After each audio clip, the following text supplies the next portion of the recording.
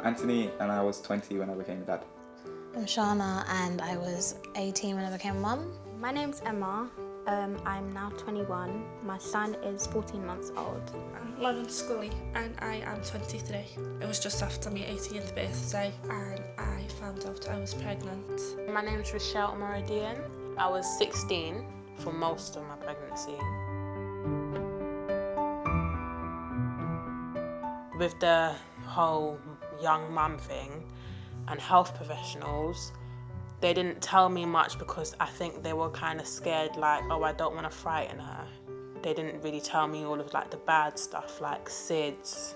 I was only told that I shouldn't have the baby sleep with me, whereas I wasn't aware of other risk factors to do with SIDS. So I didn't know what questions to kind of ask to get the information I felt I needed when there was more things I should have been aware of from the beginning. Looking back to when I was 18, I was really scared about cot death. I didn't really want to know anything about it because obviously I'd been told that it wouldn't happen, so what was the point in scaring myself? But now I wish that the health visitor had sat down and told me everything, and also not to hold back on the truth. Not to say cot death is rare, because it's not, and it does give young people a false sense of security.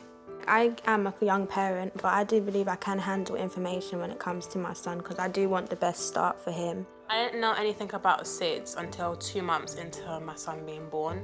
My son was sleeping on his stomach, and then when I started to get the knowledge, I realised that him sleeping on his stomach put him in a deeper sleep, which is one of the main things that contributes to SIDS.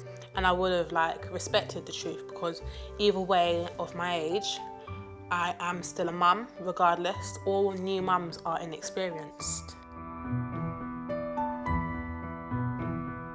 When we had our firstborn, my son, and got a visit from the health visitor, conversations were always directed only to Shana, so all I really got was a hi and a bye. So things such as breastfeeding, I was very pro breastfeeding, and that can help reduce the risk of SIDS. And if he didn't know that it was pushing me to formula feed, then that could have put our child at risk. And when I would be tired and fall asleep, if he wouldn't take my daughter off the bed, that form of co-sleeping, and if he would have fallen asleep with her, then that'd be very dangerous as well.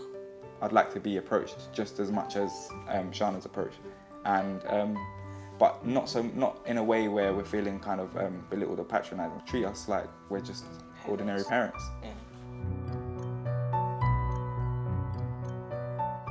They would ask, are you doing antenatal classes? And if I say no, they didn't really give me information on where to go or who to contact to get involved in doing it.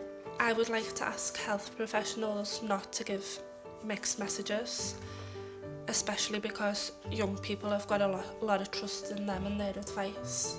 As a young parent, I think we can be told information, but when we are being told, I think it is fair to give us an explanation why, so that we do also know the in-depth reason to why we're being asked not to do something, so we are aware if there's any other risk factors that are involved. And I do think you should just be upfront and just say to us, look, if there's something involved that could put your child at risk, just tell us, so we can know as a parent, okay, I'm not going to put my son or my child in that situation because I know all the risks that are involved. And I think it's fair, because I'm not just a young mum, I'm a parent.